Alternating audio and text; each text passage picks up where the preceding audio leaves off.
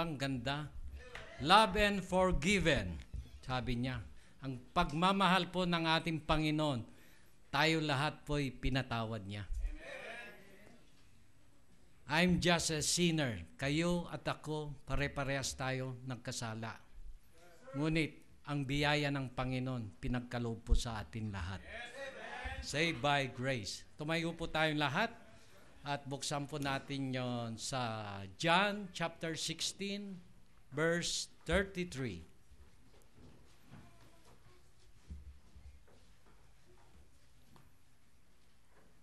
Ayun, nandun na sa mga baguhan, hindi po kayo sanay magbuklat ng Bible, nandyan na sa Pisara, sa TV. Pisara, no? Parang Tagalog. Let's all read. Lahat po tayo. This thing I have spoken unto you, that in me you might have peace. In the world you shall have tribulation, but be of good cheer. I have overcome the world. Isa pa po.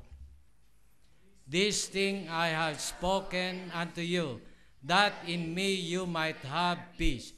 In the world you shall have tribulation, but be of good cheer. I have overcome the world. Let's pray. Dakilang Panginoon, salamat po sa gabi na ito. Salamat po sa aming mga bisita. Salamat rin sa mga faithful member po namin na naririto po ngayon. Salamat po sa mga biyayang pinagkaloob mo sa amin. Lalong-lalo na yung pagmamahal na pinagkaloob mo sa amin, Lord. Lord, salamat rin sa special, sa choir, at kanina umaga, papasalamat rin po kami sa dalawang ladies na tumanggap sa inyo. Sana po itong gabi ito, mga men's naman ang tatanggap rin sa inyo. Dinadalangin ko po na sana po maunawaan nila ang biyaya at pag-ibig ninyo na pinagkaloob sa kanila, Lord. Buksan po namin ang puso't isipan po namin upang maintindihan po namin ang iyong biyaya para sa amin, Lord. Salamat po sa pangalan ni Jesucristo. Amen. Magsiupo po tayong lahat.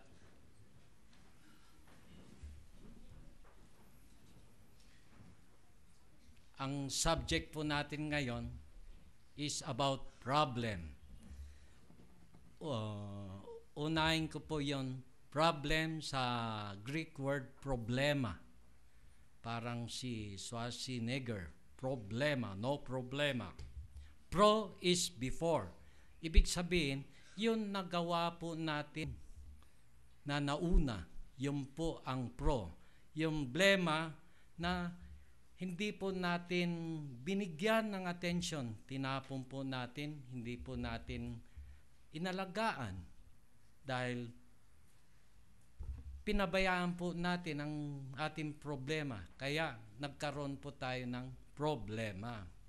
A problem is something that has been thrown, na pinabayaan po natin before you or placed before you, which require your attention and action. Kailangan may attention po tayo sa problema po natin at may kailangan gawin po natin. Let's all pay attention sa mga problema po natin.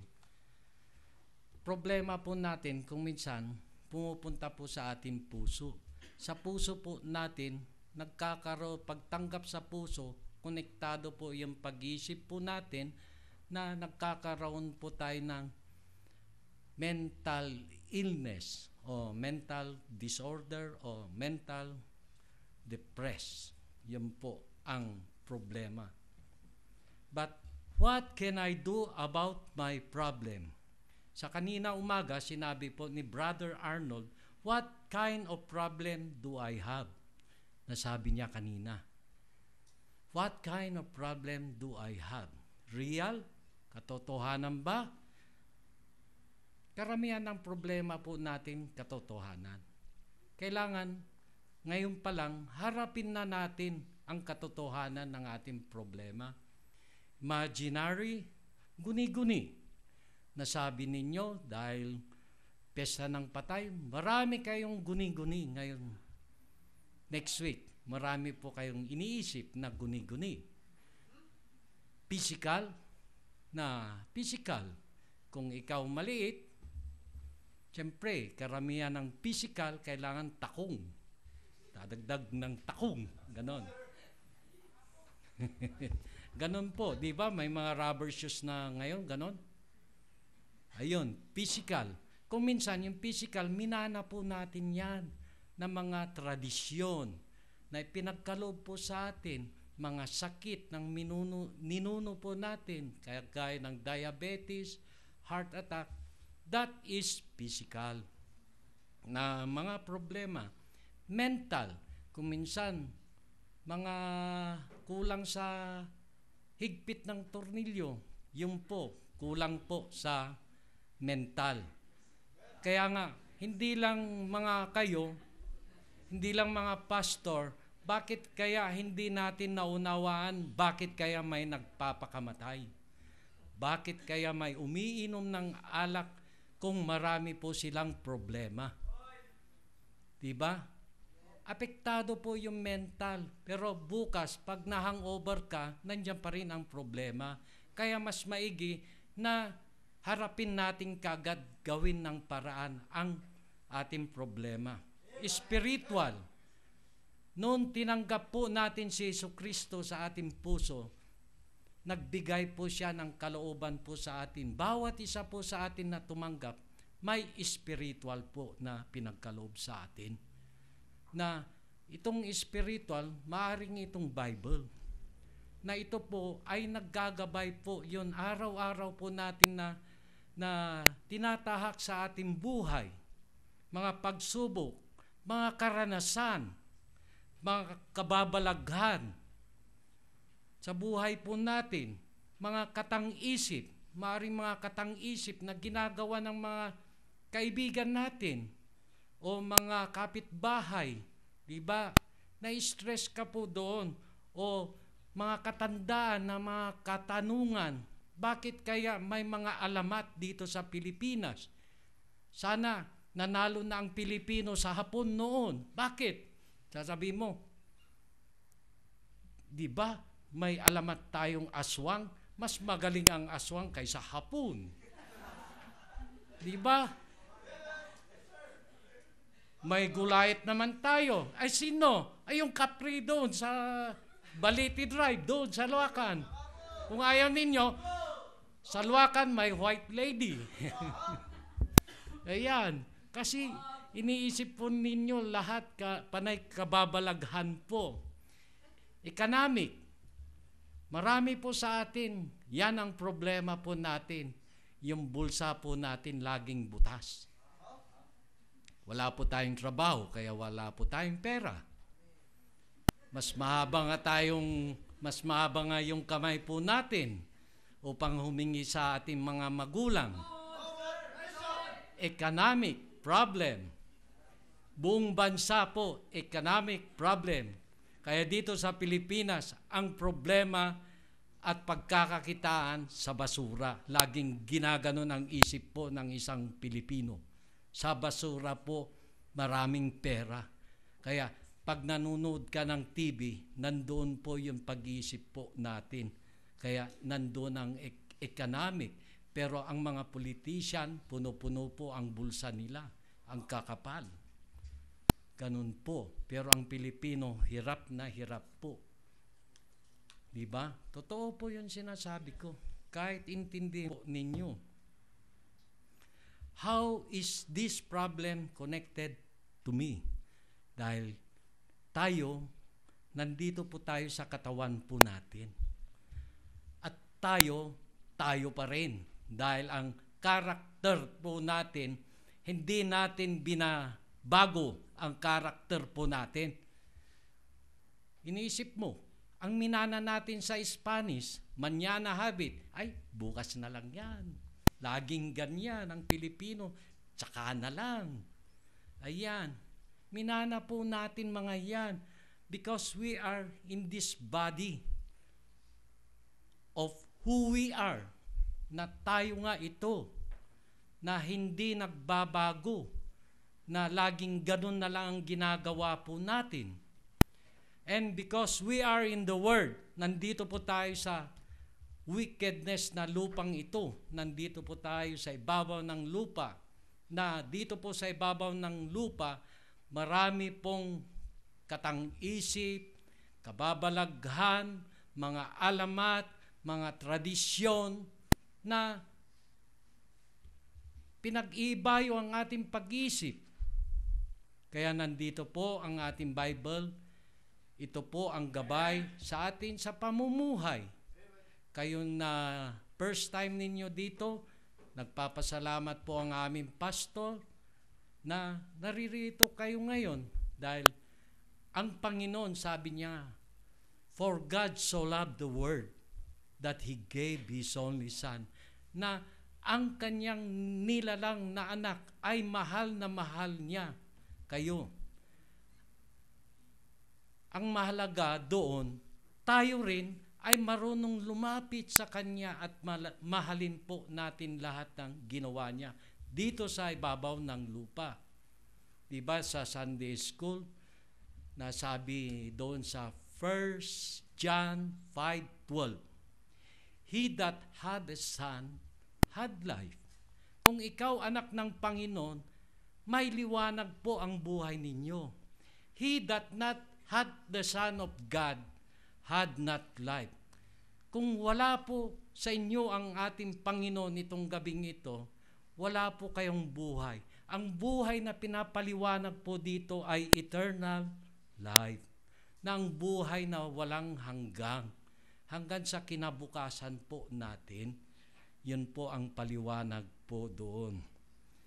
I need to understand my problem. Kailangan, paano ko mauunawa ng aking problema? May mga points po na ipinapaliwanag po dito. Where is the problem coming from? Number 1 po yun. Saan po nanggagaling ang problema? Kung minsan nasa atin po nanggagaling ang problema. Dahil ginagawa po natin yung problema na nasa ating katawan. Dahil tayo, tao, nandito tayo sa loob ng ating katawan at nandito tayo sa ibabaw ng lupa na nakikita po natin na gawain ng hindi mabuti na minana po natin sa mga ating magulang noon unang panahon pa lang. Minana na po natin yan. Nandito po sa Bible sa Romans chapter 8 verse 44 po yun. Na unang panahon, lahat po tayo, minana po natin yan. Sa Genesis, ganun rin si Eva nung kinain niya yun. Fruit of knowledge, ganun rin, minana po nila. Hanggang ngayon, patuloy pa rin. Kaya ang Panginoon, sabi niya, lumapit ka sa akin at ako'y lalapit sa inyo. Sabi niya, draw nigh unto God and He will draw nigh unto you. Ang sabi niya, where is the problem coming from? Saan po nanggaling ang problema? I need to find out exactly where the problem is coming from. Problem come from different sources. I must ask myself this, is the problem coming from another person or person? Kung minsan, ang problema, kung pwede lang sana yung problema ko, ipamana ko kay Brother Arnold. Para, kung pwede lang na buwang ko siya na lang ang magkakaroon ng problema, ako hindi na. Ganun po, sana kung pwedeng ipamana. Kaya lang hindi, dahil ginawa ko po yung problema. Kasi, pag inisip mo, utang po ni Pedro, hindi po si Juan ang magbabayad. Yan po ang isipin ninyo. Ang ginawa mong problema, pupunta rin sa iyo. Babalik na babalik po sa inyo. Here are 6 problems which are given as example. Mayroon po dito mga example po. Yun gulong po ng sasakyan. Your family is on a vacation trip and suddenly you get a flat tire. The right front tire. Where did this problem come from? Pag-iisip mo, saan kaya nanggaling yung problema? Not from a person, not from a place, not from a philosophy, but from a tire, yung problema. The source of this problem is physical. Something went wrong with the physical makeup of that tire to make it go flat. If your family asks why you are stopped along the side of the road, you would have to point to the right front tire. Na ito, yung problema kaya ako huminto, yung gulong. The problem of being delayed in your travel is coming from the right front tire. Ganun po. Kagaya ko noon, nagbiyahe po ako. Hindi ko pala alam, walang tie rings. Noon, nasiraan kami sa Bansal, sa Lingayen yon. Walang tie rings, pero may nakita akong shop. Nung nakita ko yung shop, lumapit po kami doon sa taong nagmimekaniko. Nagpadala ng socket at saka yung extension. Siya pa rin ang tumulong. Ugali kasi ng Pilipino na matulungin eh. Binaklas niya ganun, masyadong maigpit, patay yung socket niya, nagbuka. Naku, patay, may babayaran tayo, kaka. Pero, nung nasira yon, walang pangluwag sa gulong eh. Tumawag ako uli ng tricycle. Samahan mo nga ako doon sa nagbo-vulcanize, hiram tayo ng tie rings. Ayun, nakahiram po kami. Kaya lang, ang daming pawis dahil tanghaling tapat noon na flat po kami. Kasama ko po ang misis ko, galit na galit ako. Naku, nauuhaw ka na, tanghaling tapat. Ayun. Sa mga kapatiran po natin ngayon, marami pong pagsubok na dumadaan po sa atin. Hindi lang sa gulong na gano'n na nanggaling. Marami pong example ito, 6 po. The windows. There is a hole in your kitchen window, the size of a fish, na ganun po ang sukat yung butas, and cold air is blowing through the hole into the house. It is easy to tell where the problem is coming from. There is something physical wrong with the window, and that is where the problem is. Can't you think of other physical problem, such as the flat tire, the broken window, or a broken water pipe? Sa kapitbahay ko noon, sinsil na sinsil sila sa flooring. Hindi pala nila namalayan, natamaan po ako ng water hose. Pero walang tubig po. Pero yung gabing yun, dumating ang tubig. Nagkaroon po ako ng problema dahil ang bill na dumating sa akin, 3,000 plus. Pero negligent rin namin dahil hindi namin alam na binutasan. Yun, magkakaroon rin po tayo ng problema. Yung daga, a mouse has entered your home, eaten some food in the cupboard, and left some dropping. This problem finds its source in a mouse which entered by a set of circumstances. Certain circumstances made it possible for a mouse to enter. Can you think of other problems that have come about as the result of a certain set of circumstances? Minsan, naiinis ka kung may daga sa loob ng bahay, patakbo-takbo, ganon, lalo na yung maliliit. Senyorita yata ang tawag ninyo yung maliliit. Pero doon sa amin, giant po ang daga. Pati yung balahibo nakatayo po sa likod, may puti pang kulay. Para kang nakakita ng multo, ganun po. Ang laki, ganun, no? Ganyan kalaki yung daga sa amin, parang pusa, para yung balahibo niya nakatayo pa. Pagkatapos, yung balahibo nakatayo, puti pa ang kulay. Ganun po kalaki ang daga sa amin. Hindi likely sa mountain province, pag nakakita ka ng daga, yung buntot puti naman. Kaya lang, Saan sila nakatira? Sa ibabaw po ng puno ng kahoy. Tumataas po sila. Ang bilis nila. Doon naman sa city camp, sa kumpare ng kaibigan ko, nakahuli siya ng daga. Kasi yung flooring nila, ganun lang makitid yung flooring nila sa ilalim. Nakahuli siya. Yung style ng daga, bakit parang komang na ganun? Ganun po ang itsura dahil siguro lumaki yung daga doon po sa loob ng makitid na lugar. Problem number 4, the book. You read a book which say that Jesus Christ did not really rise again from the dead. The book says that the disciple believed that Jesus really came back from the dead, but they were mistaken. This book troubles your mind and causes doubt to arise concerning your faith. This problem comes from a philosophy and from false teaching, which was carried to your mind by means of a book. Can you think of other problems that come from a philosophy or teaching which you could pick up from a book or from a teacher? Marami pong philosophy na ginagawa ng mga tao.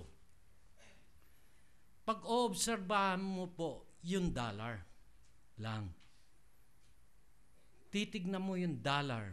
Bakit kaya may pyramid doon? That is a big question. Sa ibabaw ng pyramid, sino po ang may dollar dito? Si tatay siguro alam niya.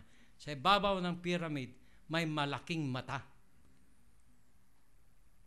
Na ibig sabihin po doon, G20. Hindi po natin napapasal na kayo ngayon. Ang ibig sabihin ng G20, New World Order. Yung nakasulat sa baba. Pero pag babasahin mo, hindi mo po alam.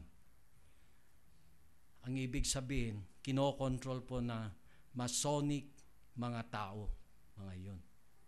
Hindi ninyo rin maintindihan yung G20. Si tatay siguro alam niya, laking state yun.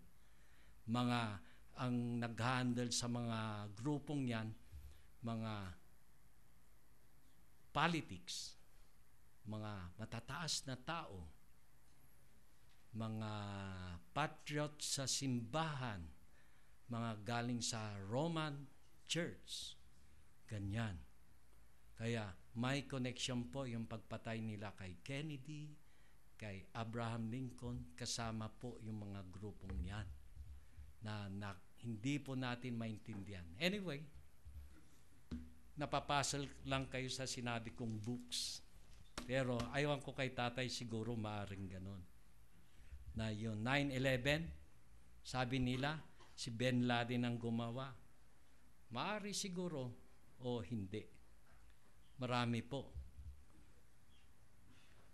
Number 5, the horror movie. Ito naman yung mga kababalaghan ng nakakatakot sa pinikula. You watch a horror movie on television that made such an awful impression on your mind that you did not even want to turn off the lights that night for fear that something might come out of the darkness and harm you. In this case, your problem came from some mental impression which stimulate your mind. Can you think of other problems that have come because your mind has been stimulated by something you saw or heard? Yan po. Kasi nasubukan ko na ako at saka misis ko minulto. Sumakay po sa Halsema Highway yung tao. Nung malapit na po kami sa Sayangan, bumaba, pumara, pero yung tao nawala. Totoo po yun. Nasubukan ko. Pag nakikita ninyo, kung minsan, pag may namatay, bakit kung may naibang amoy, sabi mo, ano yun, incense, kandila? Diba? Kung may namamatay, may naamoy kayo na ganon. Kung minsan, kayong mga young people, kung nagkasakit kayo, matulog kayo. Pag nasobrahan ninyong tulog, magigising kayo para kayong hinahabol ng multo. Totoo po yun. yun ay katang-isip. Maaring totoo, maaring hindi. Pero yun ay gawa-gawa ng isip po natin. Lahat yan. Sa England, sabi po nila, Jack the Ripper. Nakakatakot rin yun, pero totoo. Jack the Ripper. Pero pag sundan mo yun, kwento nun, medyo mapapasal ka. Diba? Dito rin noon, mayroon. Problem number 6, the dog. Yun aso. You go to visit a friend who has a dog. This dog is friendly and has never hurt or beaten anyone. As you ring the doorbell, the dog barks. Suddenly, you are terrified and feel like running away. One other fact, when you were 7 years old, you were beaten badly by a large dog and you had to go to the hospital for shot and for stitches. Sino na po ba dito nakagat ng aso? Ako, maraming beses na. 2 kamay, dito sa hita. Yung kapitbahay namin, dati may deep well ako, nakakoneksyon yung tubig. Binigyan po namin ng bill. Nagreklamo, pumunta sa bahay. Hindi niya pala alam, yun isang aso ko, si Buloknoy ang tawag ko. Buloknoy. Kinagat po sa tiyan na butasan. Laki pala ng gastos. Pag ganun pala na yung aso kumagat, per kilo pala yung dosage mo. Kung ilan kilo ang bigat mo, ganon rin ang ituturok po sa puwet mo. Ganon po. Talaga pong ganon.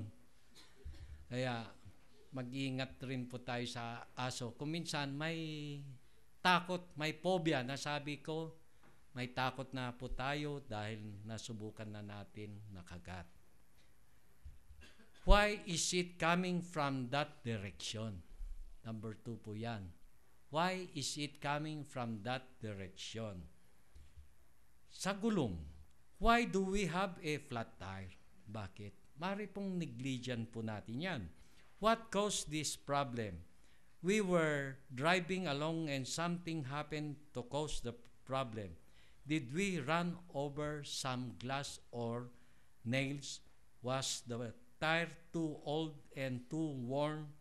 Was the tire inflated properly? Inflated yung kulang sa hangin. The window. Why is there a hole in the window? Did a stone go through it? Did someone throw a ball through it? Did someone put their fish through it? Nung bata po ako, yung isang kaibigan ko pero wala na po ngayon, matagal na namatay dahil naging drinking master siya. Bata po ako, binato po dito sa ulo. Malaking bato. Pero sa ulo pala, pag nabato ka, ang daming dugo pala sa ulo. Aagos na ganyan pala.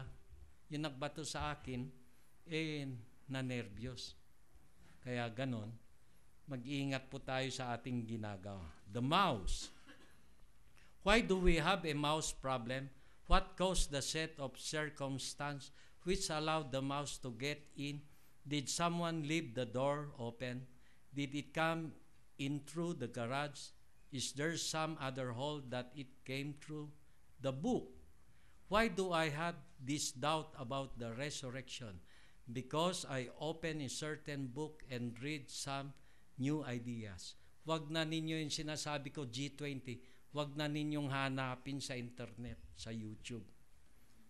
Magkakaroon ka lang ng problem.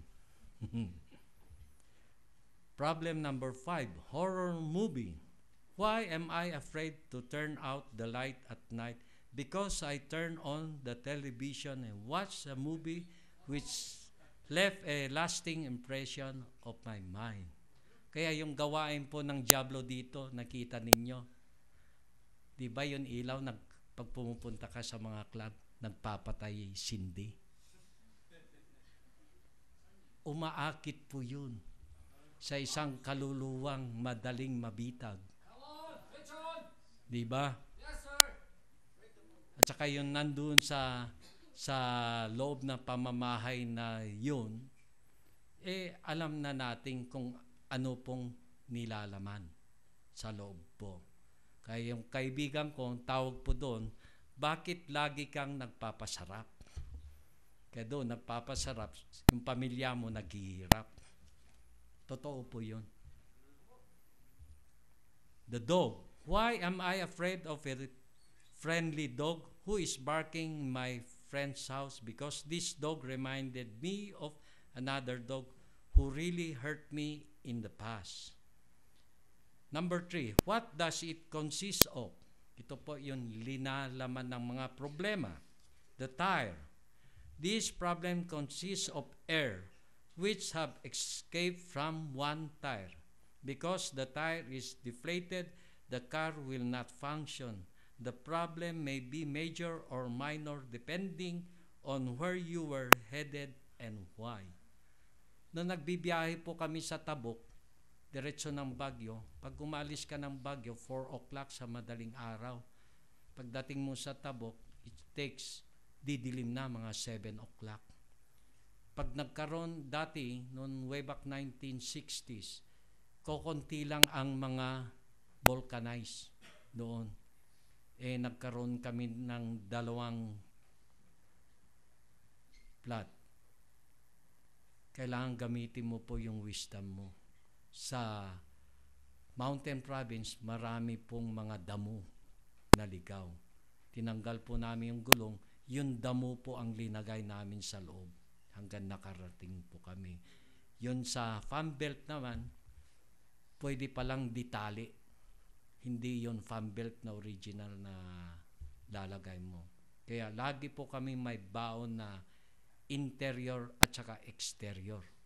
Dahil pag umarya yung tie rod end mo, digalot amin. Kasi ganun walang auto supply, walang vulcanized. Dito sa Baguio, pagdating mo sa Yangan, walang vulcanized. Ang may vulcanized lang doon sa Buntok side. Pagkatapos Buntok side, diretso sa Tabuk, doon po. Sa Bulanao, may vulcanized. Pagkatapos sa Dagupan na, may vulcanizing. Dati lahat layo. Pag na-flatan ka sa 26, diretso po dito sa Baguio, makikisakay ka sa mga biyahero po. Dati ang biyahero, mababait po silang lahat. Pero ngayon, ayawan ko na. Iiwan mo lang yung sasakyan mo, pati gulong. May nakakalsuna ng bato. Bilis kasi. Dahil yung pito, lalagyan lang nilang bato, ihigpit lang konti, sisingaw na, tatanggalin na. Kaya wag ninyo pong, yung sinasabi ko, wag ninyo pong intindihin na. The tire. What does it consist of? The tire consists of air. The window, this problem consists of an opening in the window, the size of first allowing cold air to rush in. Also, there is broken glass on the floor. The mouse. This problem involves a mouse living somewhere in the house. There may be many hundreds of mice living elsewhere in my town, but they are not my problem. My problem is this one mouse that has destroyed some of my food and left his dropping in my cardboard. The book. This problem consists of certain words and sentences found on page 39 to 43 of a book I was reading. These word and sentence tell me something that are very different from what I have been taught about the resurrection. The horror movie.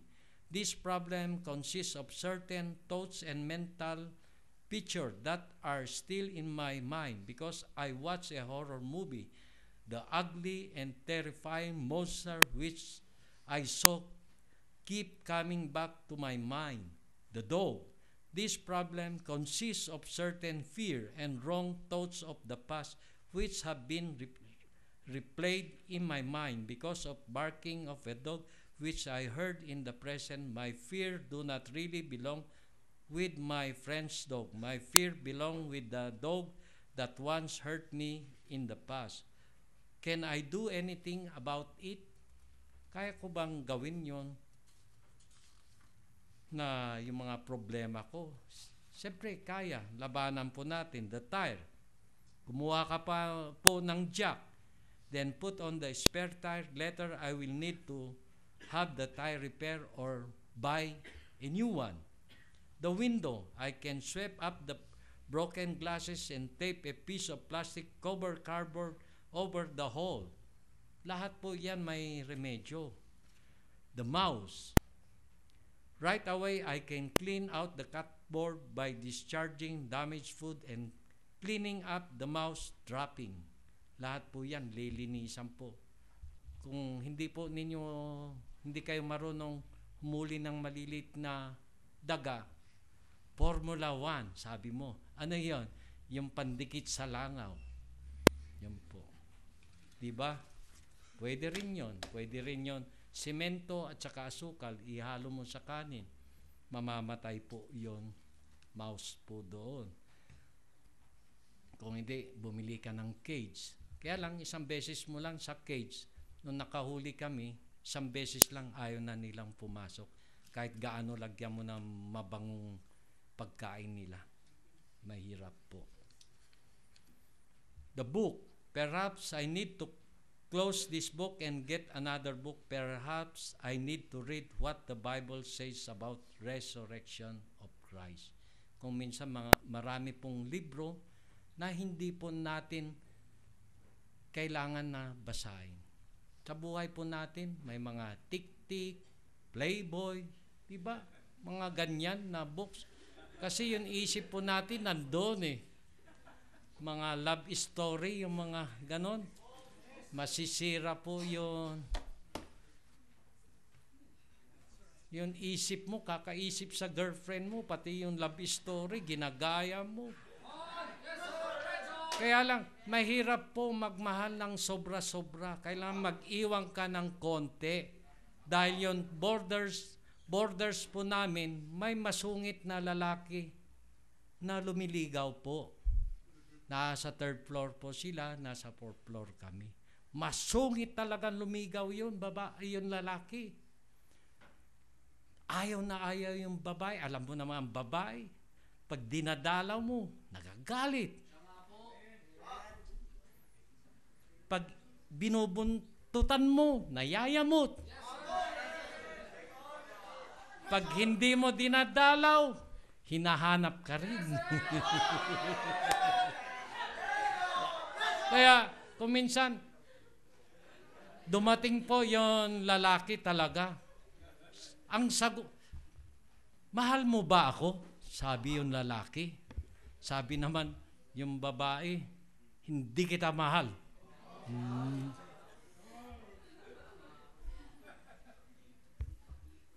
Bakit naman? Alam mo naman ang mga lalaki, pag sumusuyo, parang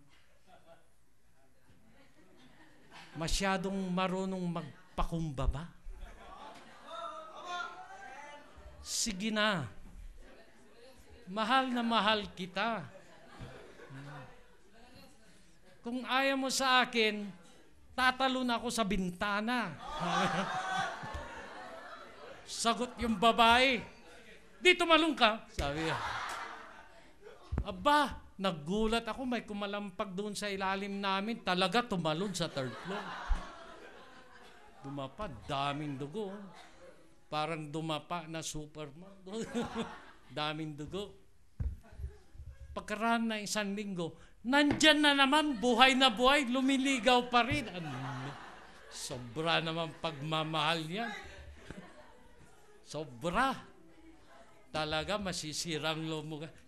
Siguro sila rin ang nagkatuluyan.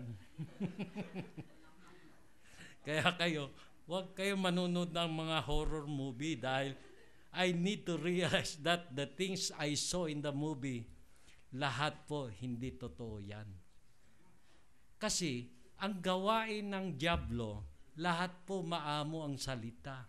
Parang dalagang na dinalagyan ng honeybee upang ikaw ay mahalimuyat sa kabanguhan niya.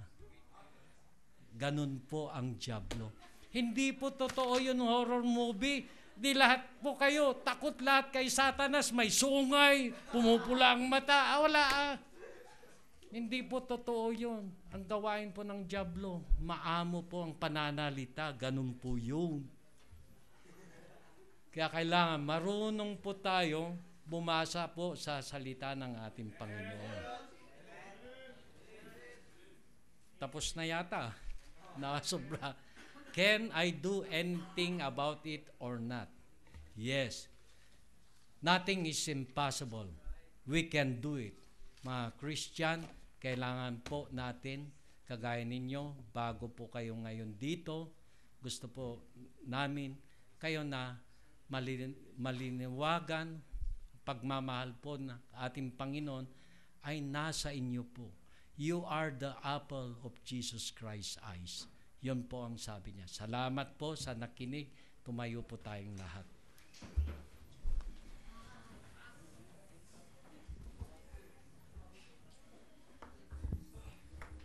Sa gabi pong ito, kung may problema po kayong ilapit, why don't you come in front at sabihin po na ninyo sa Panginoon na bigyan po ninyo kami ng understanding. Like Solomon said, si Solomon po, nahalal na hari, pero wala po siyang kaalam-alam. Ang sabi niya ni Solomon sa ating Panginoon, Lord, bigyan mo po nga ako ng understanding. Hindi po siya naghumingi ng kayamanan o kalakasan. Sabi lang ni Solomon, bigyan mo po ako ng pag-unawa upang ang bilang isang hari ay matugunan niya ang kanyang mamayan. Salamat po. Kung may problema po kayo, lumapit po kayo. Mamaya konti sa mga baguhan, may lalapit po mag-share sa inyo ng salita ng ating Panginoon upang kayo po ay maliwanagan. Salamat po.